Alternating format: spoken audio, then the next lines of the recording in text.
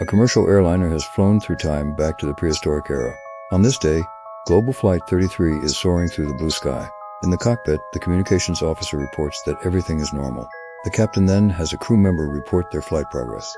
The crew member reports they will be 4 minutes late in reaching 30 degrees west longitude. Hearing report, the captain is very confident they can arrive at the airport in New York on time, barring any surprises. The communications officer then begins his report. Global Flight 33, position 52 north, 30 west, time 1403, flight level 35,000. Estimating 51 north, 40 west at 1445. Estimating Idlewild 1830. Fuel remaining 79560. Temperature minus 57. Just after he finishes reporting to the captain, a flight attendant enters the cockpit. The flight attendant requests to get to New York as soon as possible. Suddenly, the captain asks seriously if they have felt anything unusual. The co-pilot has not felt anything. The experienced captain, however, has already sensed a problem. The plane now seems to be accelerating violently. The co-pilot looks at the instrument panel. They are indeed accelerating. He thinks they may have caught a tailwind. The captain agreed, but what's strange is that there is no vibration from the fuselage.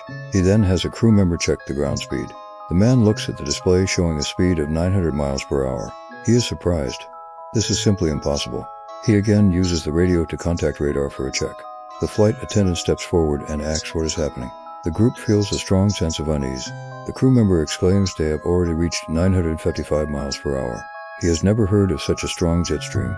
The captain tells him to check again. The crew member looks at the display, very certain they are still accelerating. 980 now. 1120. 1500. Global 33 to weathership Charlie. God in heaven, I can't even keep up with it. Global 33 to weathership Charlie. Global 33 to weathership Charlie.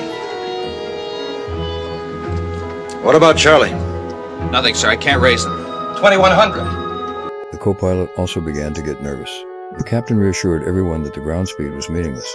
They had encountered a high-speed jet stream. At this point, the captain asked if they had already passed Gander Airport. The crew member reported that due to the high speed, they had already passed it. Under the captain's orders, the communications officer hurriedly tried to contact various nearby control towers. He put down the radio and shrugged helplessly. They couldn't contact Veruin. For a moment, no one could believe they had encountered such a strange situation. The entire cockpit fell silent. The flight attendant walked out of the cockpit, her eyes vacant. Another flight attendant, Paula, felt an ominous premonition. The first flight attendant told Paula about the trouble, but she had to keep the passengers calm. Paula nodded in agreement. Next, she went into the cabin to serve tea. A woman was chattering incessantly with an Air Force colonel. The very annoyed colonel looked out the window, then asked the woman what she felt it. The woman thought he wanted to know about her niece. The colonel quickly looked back out the window, confirming that he could now feel the strange sense of speed. Inside the cockpit, no matter which channel they tried, they couldn't make contact with the ground. Just then, the fuselage shook violently. A white light flashed before their eyes, and a tremendous roar exploded in their ears. The co-pilot thought they had hit something. They quickly checked, but a visual inspection showed everything was normal. The comm captain again had a crew member check the cabin for damage. He realized they were in trouble. That light, that crazy light, what was it? Something we'll have to find out. Quick, too. What was that shaking? Turbulence? I doubt it. It was more like a Like a what? sound shock wave. As if we'd gone past the speed of sound. You mean we hit Mach 1? We broke the sound barrier? Even without any sonic boom alarm, the captain confirmed they had passed through some kind of sound barrier he had never heard of. At this point, all the speed measuring instruments had failed. The plane was still flying normally, but they couldn't establish communication. The captain immediately decided to observe the position of the sunline. He would have to descend a plane by visual estimation. The co-pilot became anxious at once. A blind descent could mean colliding with 20 of the planes. The captain had no other choice. Now they could only rely on visual flight rules using landmarks. At this moment, the crew member returned and reported that the cabin was undamaged, but the passengers were all very surprised and scared. As the captain, he could only calmly reassure the passengers that they would land at the airport in 40 minutes as planned. The plane now had only 71,000 pounds of fuel left. The captain could no longer feel the strange speed, but without radio or radar, they could only pray they wouldn't hit another plane on their descent. The steel beast's fuel consumption wouldn't last much longer. He then told the co-pilot to turn on the warning signs. After the signs lit up, the captain began to control the descent. They descended rapidly, passing through layers of clouds. At this point, the captain looked out the window and was completely stunned. Below them was clearly Manhattan Island. That's Manhattan Island down there. There's the East River. There's the Hudson River. That's Staten Island. Got all the topographical clues we need. Problem seems to be the real estate's there. It's just the city and 8 million people missing. He was certain this was the sky over New York, but the entire city was gone. At this point, the co-pilot's eyes widened in terror. The captain looked at the others beside him, confused, and leaned closer to look out the right window. Below, enormous prehistoric dinosaurs had actually appeared. The cockpit was left in complete shock.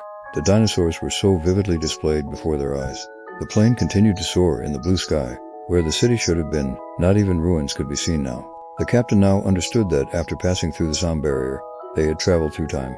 Now only 49,000 pounds of fuel remained. They could only accelerate. The plane attempted to re-enter the jet stream, hoping to travel back to their original time. Immediately, the cockpit began to prepare for acceleration. They flew rapidly upwards, the speed once again climbing steadily. They passed continuously through layers of clouds.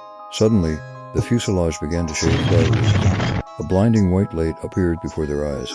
After a good while of shaking, the co-pilot looked ahead and became excited. The bustling city of New York appeared before them. The captain also picked up the microphone to inform the passengers that after the ordeal, they had finally returned to the skies over New York. Hearing the news that they would land in a few minutes, everyone was beaming with joy. The communications officer stated they still could not contact the airport. The captain told him to try a high-frequency band. At this moment, they made contact with the tower at LaGuardia. The communications officer identified them as Global Flight 33, requesting navigation to Idlewild. But the person on the other end did not understand what he was saying, and anxious dismissed the response as a joke. Global 33? What kind of aircraft is this? This is a jet aircraft. Did you say a jet aircraft? Let me handle it.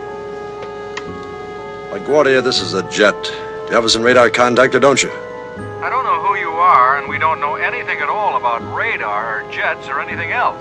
The other party said they could land on runway 22, but after landing, they must immediately report to the Civil Aeronautic Authority. The captain was a bit stunned. The Federal Aviation Authority had not been called that name for a long time. Immediately, they began their descent. At this point, the co-pilot was again in disbelief. On the ground before them was clearly the New York World's Fair. At this moment, they realized this was not 1961, but New York in 1939. The captain immediately decided they could not land. At least, they could not land at LaGuardia in 1939. The responsible captain intended to inform the passengers that they had traveled through time through an unknown means. But as the captain, he would responsibly lead everyone home. He then hung up the phone, once again intending to cross the sound barrier. Perhaps at some moments of the day, you can still faintly hear the roar of a plane's engine. That is Global Flight 33, still searching for its way home.